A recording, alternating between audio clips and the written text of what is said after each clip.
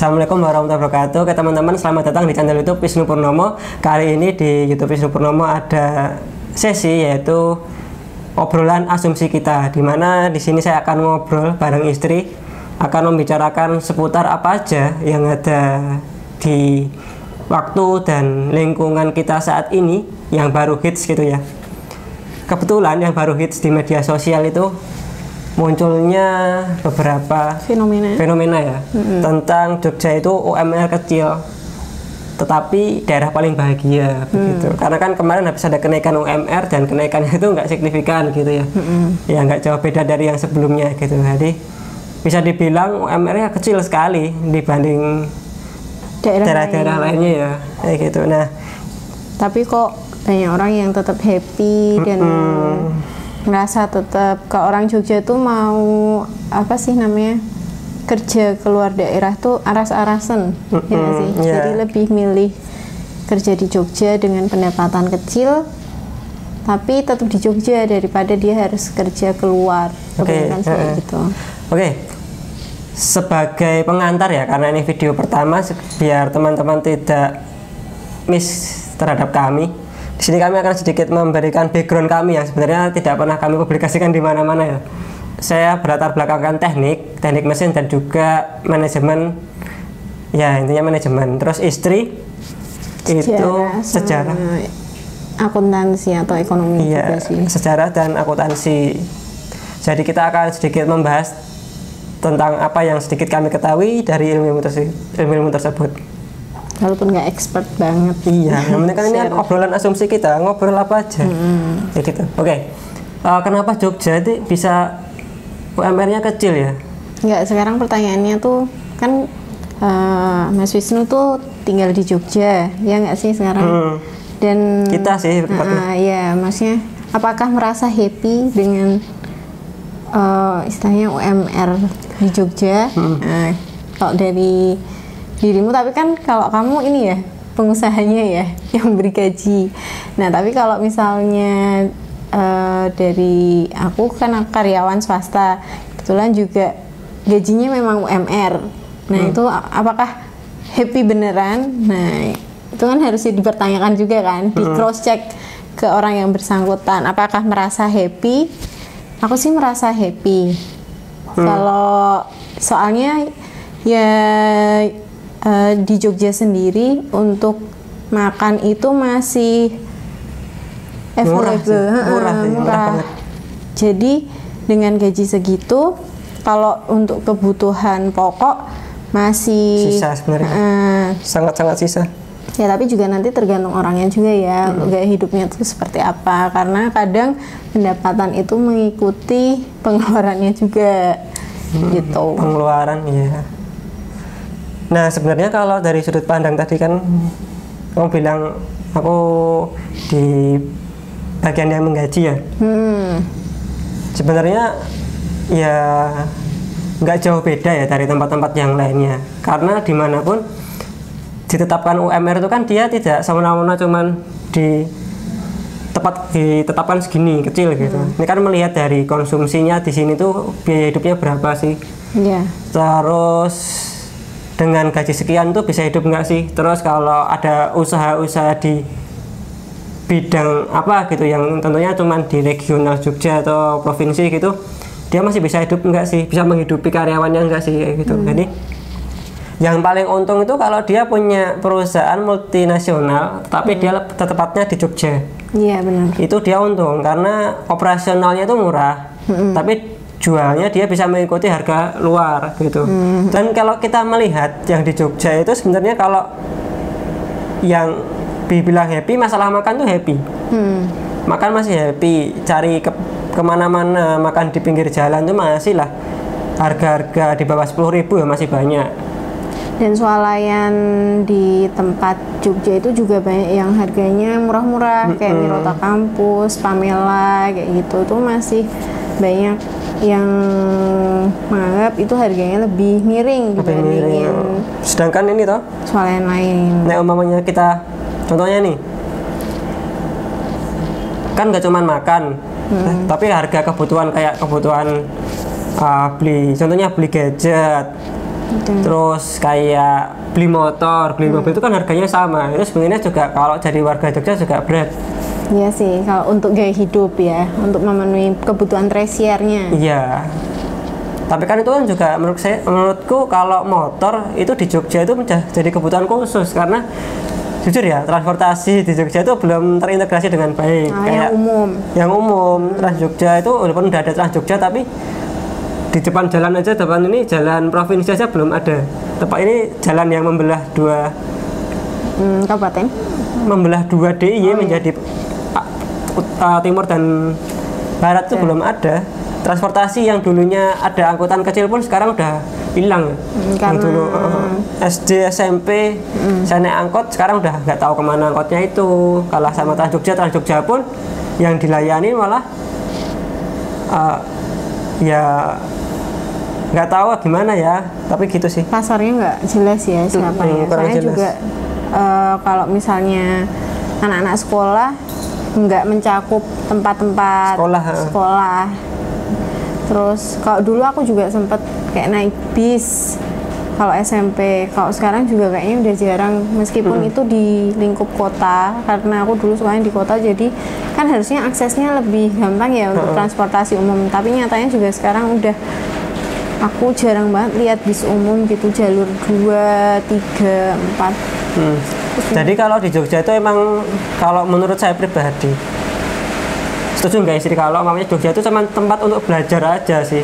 Untuk belajar tuh bagus, tenang daerahnya, kondusif ya, walaupun sekali dua kali ada kerisuan. Tapi kan itu kan daerah-daerah tertentu juga yang bikin rusuh juga mahasiswa juga. Jadi itu ini benar-benar tempat belajar dari kita yang mau benar-benar belajar menjadi orang baik maupun mau benar-benar belajar menjadi preman juga bisa di Jogja itu. Mau jadi yang baik banget ya bisa, yang benar-benar rusak ya bisa, jadi preman ya bisa. Mau bebas di Jogja itu, kayak menurutku tempat belajar paling lengkap lah. Pak Mas Wisnu kan maksudnya pernah dapat pengalaman kerja ke Jakarta, padahal gajinya itu mesti di atas UMR Jogja, ya, sekitar 5-an lah, ya kan? Ya, 4 tapi sih, 5 gitu. Tetap ngerasa mending milih kerja di Jogja dengan gaji di bawah itu. Ya, dengan penghasilan yang nggak jelas, karena waktu itu benar-benar di Jogja itu kan bidang manufakturnya sangat-sangat sedikit ya.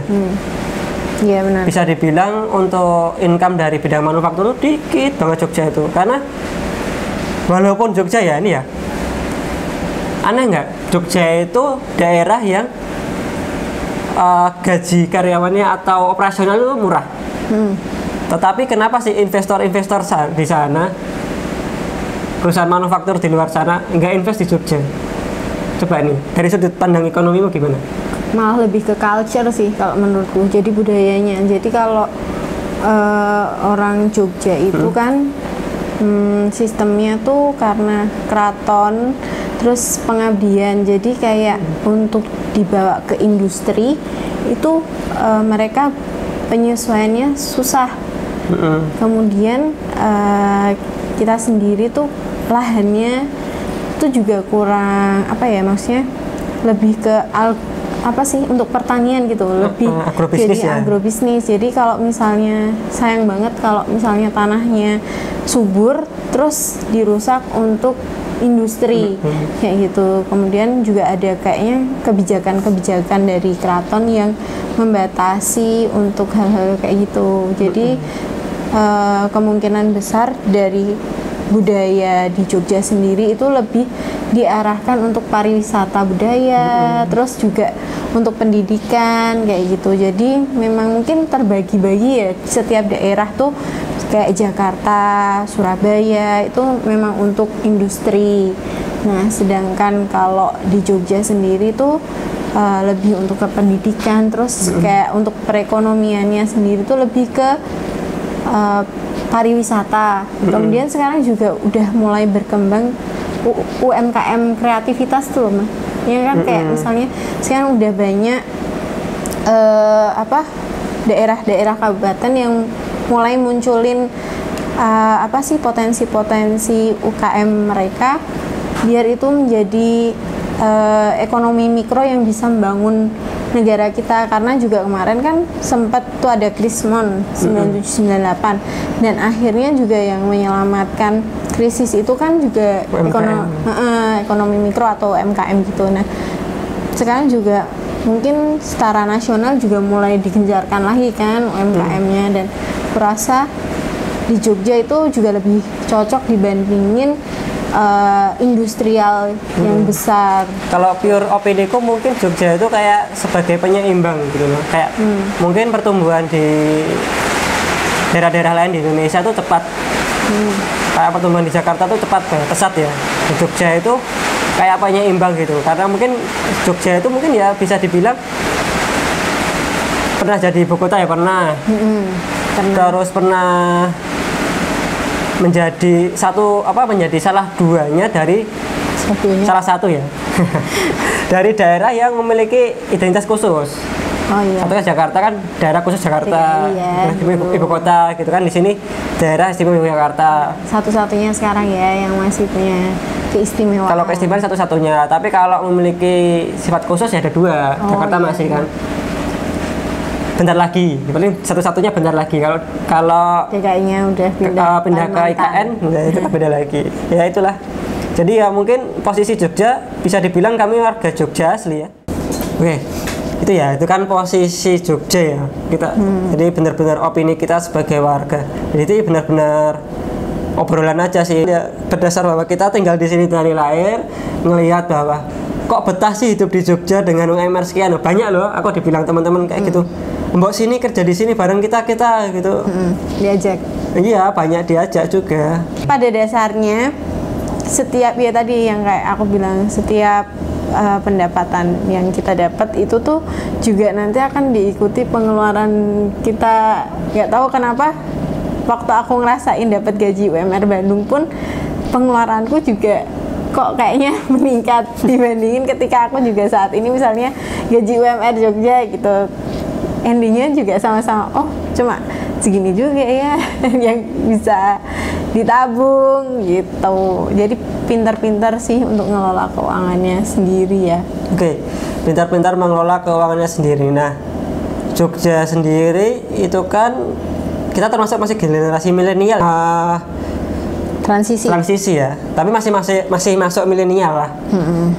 Kalau bisa dibilang generasi kita itu kan kalau beli properti itu susah ya, bisa dibilang gitu. Ya, kenaikan properti di Jogja itu termasuk paling tinggi dari Jakarta, Bali, Jogja. Kalau nggak salah Jogja itu 3 besar properti tinggi. Soalnya banyak orang dari luar Jogja, terutama orang dari luar Pulau Jawa, itu akhirnya mereka investasi tanah ke sini yang naikin harga. Tapi Jogja itu yang naik cuman lingkungan kampus, protokol. Kalau yang masih daerah atas-atas ini ya? Atas-atas masih murah, mungkin bisa nyari yang 500 ribuan itu masih banyak loh. Tapi kan jadi nggak ada akses untuk. Ya bang, nggak ada akses, tapi emang ya 500 ribuan tetap ada. Ada, masih ada. Kayak gitu. Bahkan yang tadi diposting barusan kan juga 165 kan, itu murah banget lah di daerah situ. Itu masih ada, cuman yang kalau di daerah kampus. Iya sih itu Ya kan sangat-sangat tinggi. Karena ya tadi dibilang Jogja itu tempat orang-orang belajar gitu aja. Jadi fokusnya di situ ya. Jadi lebih untuk investasi generasi kita tuh menurut. Kalau untuk generasi kita juga pinter-pinter nabung sih. Nabung dulu ya. Nabung dulu. Nabungnya gimana ya? Kalau dulu ya mungkin saya akan sedikit aja cerita tentang, ya mungkin sudah beberapa kali tak jelasin di YouTube ini. Ya nabungnya lewat emas. Jadi nabung uang tunai dulu, setelah bisa untuk beli berapa gram emas baru dijadiin emas. Nanti emas itu dikumpul-kumpulin. Nah kan sebelum nikahin dirimu, ya semua emas itu tak jual buat bangun rumah kan. Bangun rumah beserta plus kantor, jadi rumah masih jadi satu dengan kantor ya. Jadi masih, jadi ya wes lah dulu emang aku ngumpulin duit itu untuk masa depan gitunya. Tapi kan aku masa depanku waktu itu kan nikahin dirimu kan. Ya wes lah, Jadi aku adanya tabungan emas nih, tak jual semua. Kebetulan kan belinya sebelum corona kan. Aku nikahin dirimu kan pas corona waktu itu. Belinya itu sebelum corona, harganya masih 600, 700. Tak jual di harga corona itu tuh 900-an kalau jual. 900-an ya, intinya cuan banyak lah. Cuan banyak. Terus tak buat bangun rumah. Sama kantor gitu. Jadi kantor itu masih di bawah, kita rumah di atas ya, walaupun akses kita di bagian bawah juga ada untuk ke rumah gitu. Ya gitu ya. Ya intinya kalau untuk teman-teman ya, sembari kita itu masih yang milenial ya, ya mungkin keluarga-keluarga baru ya dikuat-kuatin untuk nabung ya. Jadi oke, itu tadi ya mungkin sedikit obrolan kita tentang UMR kecil tetapi tetap bisa bahagia dari sudut pandang opini warga Jogja, warga DIY lah, warga DIY. Karena kalau dibilang warga Jogja nanti saya bakal di komen. Kamu bukan orang Jogja mas, kamu orang Sleman ya gitu. Tapi kan saya warga DIY. Itu ya Maya. Kalau rangkumanmu apa?